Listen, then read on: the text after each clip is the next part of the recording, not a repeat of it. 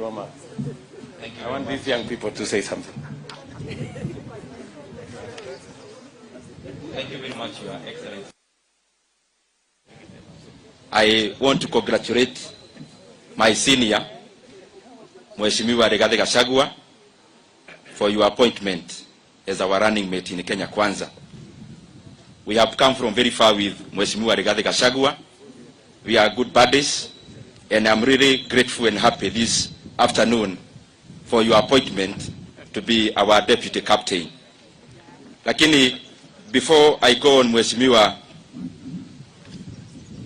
the fifth president,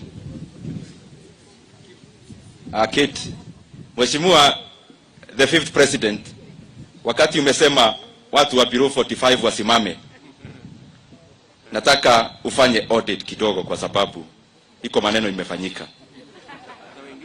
Moses Kuria alisimama nusu. Sasa sijui hiyo kusimama nusu ni maana gani, lakini Mheshimiwa Moses Kuria uache rigi ngata ya miaka. Mheshimiwa Deputy President, I want to tell the many people who are watching that this process of coming up with a running mate was one of the most consultative processes that I've ever been engaged in. We were all engaged, and especially the leaders from the Mount Kenya region and the generality of the leaders of Kenya. And the choice that we have before us today is not purely the choice of His Excellency the Deputy President. It is the collective choice of the leadership and the population of the people of Mount Kenya region. I also want to congratulate His Excellency the Deputy President, because you have shown, and especially the region we come from, that you keep our word, that you keep your word. There are celebrations all across our region because you had insinuated to our region that your deputy will be drawn from among one of us. And therefore, we congratulate you for keeping your word, and especially for involving all of us in that process of coming up with a running mate. As I start here this afternoon, and I thank you very much, Mheshimiwa Deputy President, even for your recognition, I want to say that I am a very, very proud member and a leader of Kenya Kwanza.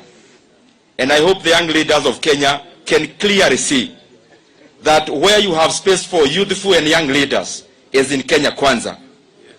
That where we have opportunities for hustlers who were actually nominated for various tickets across the country from MCAs to MPs, it is in Kenya Kwanza. Kenya Kwanza has the highest number of women running for various positions in our country. And therefore, Mr. Deputy President and the fifth president, thank you for your mentorship and being hands-on in shaping our future as a country.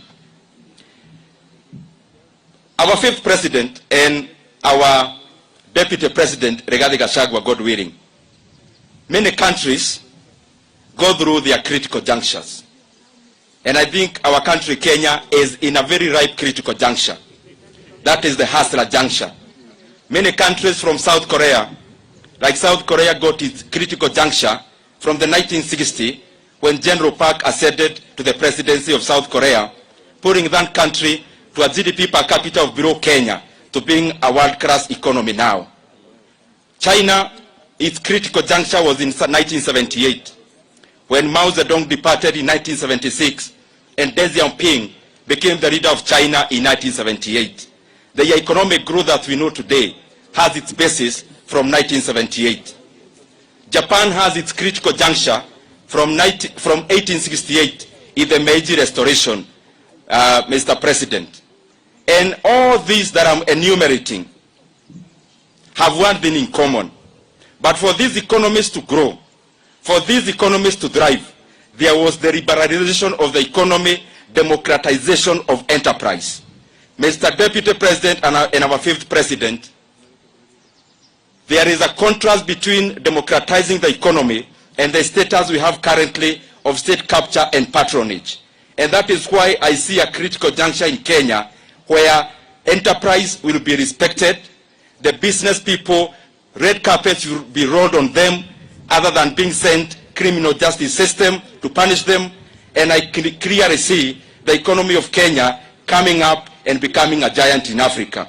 Lastly, we can only form government when we have the requisite numbers. And I have, with no doubt, Mr. Deputy President and our fifth president, that Kenya Kwanza, when I look back here, I see our captain and our fifth president, William Ruto. I see our prayerful First Lady, God willing, Rachel Ruto. I see the bold, the firm, the forthright, the intelligent running mate, Rigathi Gachagua. And our second lady, God willing, Pastor Dr. Dorcas. When I see other leaders from across the regions of Kenya, from across the many political parties of Kenya, I am with no doubt that Kenya Kwanza will emerge victorious by over 70% and above in the 9th of August. But we want to send a very clear plea to our competitors. Kindly come and tell the nation that whatever the outcome on the 9th of August, that you are going to accept the will of the people of Kenya, and there will be no maandamano, there will be no throwing of stones, there will be no kungoa reli. You will go home respectively and allow the will of the people of Kenya to take its course. Lastly, a month ago, the Public Works of Kenya announced that they want to undertake some renovations in the office of the deputy, in the residence of the Deputy President, the current William Ruto, who will be headed to State House. I have good news for them. The money that was allocated for the renovations, please let that money go to help our hustler nation. I have talked to Mheshimiwa Rigathi Gachagua.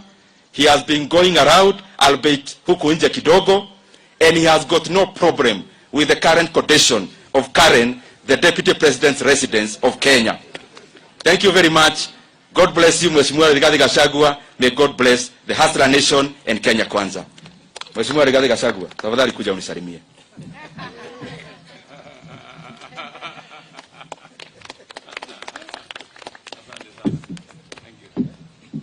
Thank you very much, Your Excellency, the Deputy President and the incoming President of the Republic of Kenya, Madam Rachel Ruto, our Deputy nominee